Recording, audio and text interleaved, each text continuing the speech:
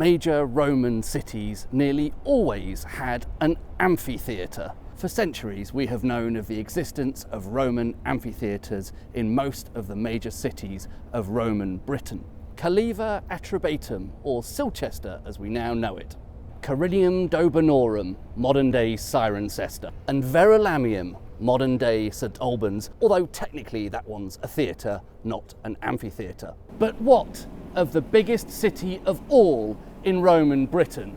The capital, Londinium! The experts have believed for centuries that there must also have been an amphitheatre in Londinium.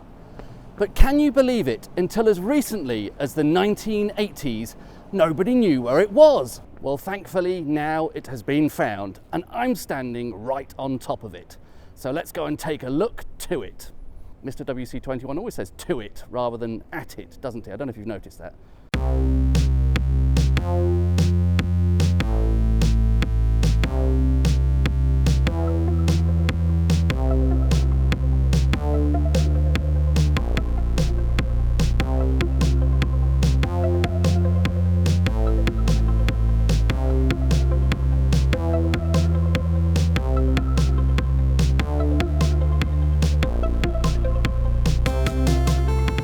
Cast your mind back to 1985. The miners are striking.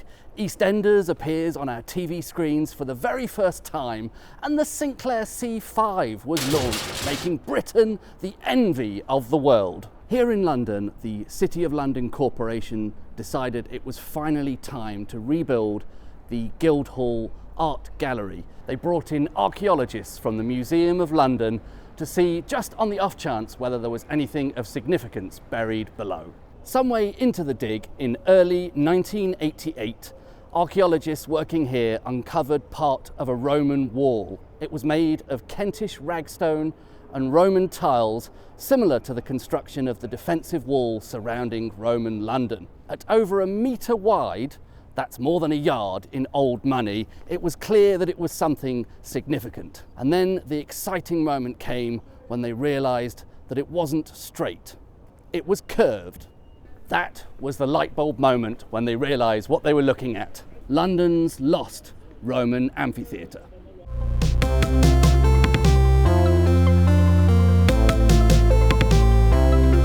This special permanent exhibit in the basement of the Guildhall Art Gallery was built to house the remains that were found during that excavation of London's Roman amphitheatre. Oh, excuse me a minute. I love these space-age graphics of the gladiators and the seating in the arena, reminiscent of the film Tron. There would have been 12 to 15 rows of seating in the arena, and based on that, estimates for the capacity are between 6,000 and 10,000 people. To put that in context, estimates for the population of Londinium at its peak were between 30,000 and 60,000 people.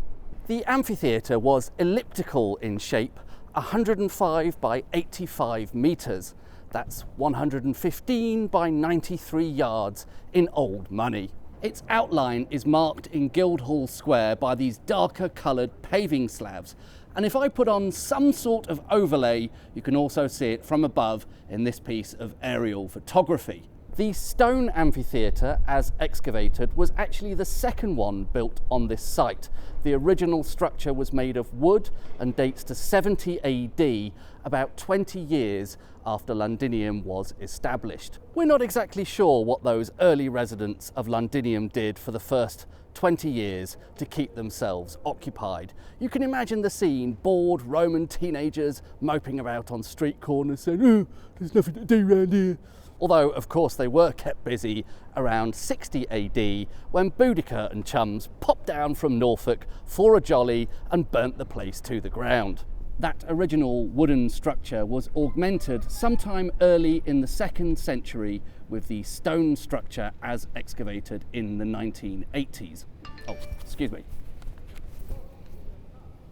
That date of 70 AD for the original wooden structure can be pinned down quite precisely thanks to these wooden ditches. They were one of the most exciting finds for the archaeologists digging up this site in the 1980s, because wood helps you to pin down a precise date They could tell when the trees were felled by the rings inside them. So it's good to know that it's not just us YouTube antiquarians who get all excited about ditches.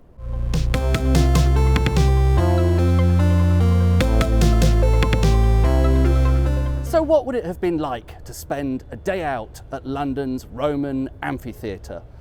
We know from other amphitheatres in the Roman Empire that it was an all-day event. They started with wild animal hunts in the morning, then they'd have a change of pace with some light-hearted public executions over lunch, and then the main event in the afternoon, gladiatorial combat. During the excavations, the archaeologists found one particular stone with a series of grooves in it. It's believed these grooves were designed to receive a trapdoor, and similar things have been found at other amphitheatres within the empire. It's likely that this was used for releasing wild animals into the arena. It's likely the animals would have been native to Britain, so we're probably talking here about bears, wolves, boar, but perhaps occasionally there was a militant badger or a gang of belligerent squirrels. Excuse me. Sorry. There are, however, accounts of the Romans importing more exotic animals to Britain, including most famously Emperor Claudius, bringing a war elephant during his invasion of Britain in AD 43. Like most Roman amphitheatres, the one here at London was probably open to everyone, including women and children, although evidence from other amphitheatres suggests that they were often relegated to the back rows furthest from the action. Amongst the archaeological finds here at the Roman Amphitheatre in London were hairpins, which suggests that there definitely were women in the audience. Other archaeological finds here include pottery shards, many of which depict some of the scenes that would have taken place here, wild animals and gladiatorial combat. It's possible that these were souvenirs of a lovely family day out enjoying some mindless violence. There may have even been a gift shop on the way out from the Roman Amphitheatre here. It's possible that some of this Roman crockery may have been used for serving refreshments eaten at the Roman Amphitheatre. Archaeology at Chester's Amphitheatre included finds of many fish bones, largely flatfish, we're talking halibut, turbot, plaice here, and a number of eels. It's believed that the pre-Roman British Iron Age population barely touched fish, and for the Roman Britons, eating a seafood diet was a way of showing that you were more Roman, more international, more cosmopolitan.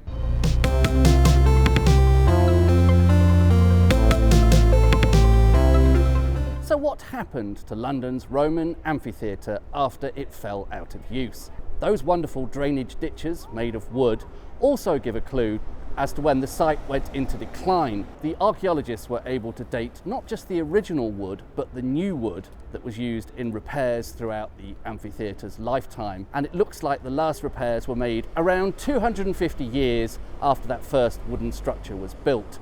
So that suggests that the Roman amphitheatre here started to go into decline sometime in the 4th century. After that, it's believed some of the stone would have been taken away and used in other buildings, although probably not this branch of Pret. However, it's possible that some part of the ruins may have lingered in this area for centuries. One suggestion supporting that theory is the unusual alignment of stlawrence Jury, the church that sits just across the square from the Guildhall and is behind me right now. Although it's roughly aligned east to west, it doesn't line up very neatly with the Guildhall, and it also juts slightly out into the road here. So it's believed that possibly the building of stlawrence Jury in the 12th century was adjusted to fit around the ruins of the amphitheatre. The church is dedicated to St. Lawrence, perhaps fittingly as this is a Roman site, and Lawrence was martyred by the Romans in a particularly gruesome way, using the gridiron that's effectively being barbecued to death. The weather vane atop St. Lawrence Jury today shows the tool by which he was so cruelly martyred. Although the Roman city of London was largely abandoned after the period of Roman rule, a settlement here was eventually re-established during the reign of Alfred the Great, and it's possible that the ruins of the amphitheatre were a useful venue for the local moots. And it may even be the case that that venue for the moots eventually grew into the Guildhall, built in the 12th century, originally around the same time as the first building of St Lawrence Jury. The name Guildhall may be a little misleading at first. It sounds as though it has something to do with the guilds of the City of London, otherwise known as the livery companies, but it is in fact probably relating to the Anglo-Saxon word guild, which was another word for taxes. This was the place in London people came to pay their taxes. It was effectively London's city hall. London is blessed with an embarrassment of riches when it comes to old maps. So if we take a little walk back in time, we can see how this site has developed for at least the past 500 years, starting with John Rock's map of 1746, back from there to Ogilby and Morgan's map of 1676. And finally, one of the earliest maps of London, the Agas map, which dates to 1561. Throughout that time, you can see the Guildhall and the courtyard in front of it, which roughly preserves the site of the old London Roman Amphitheatre.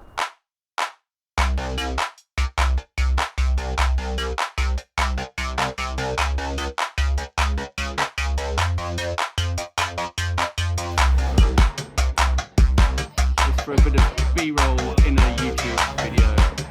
Cheers!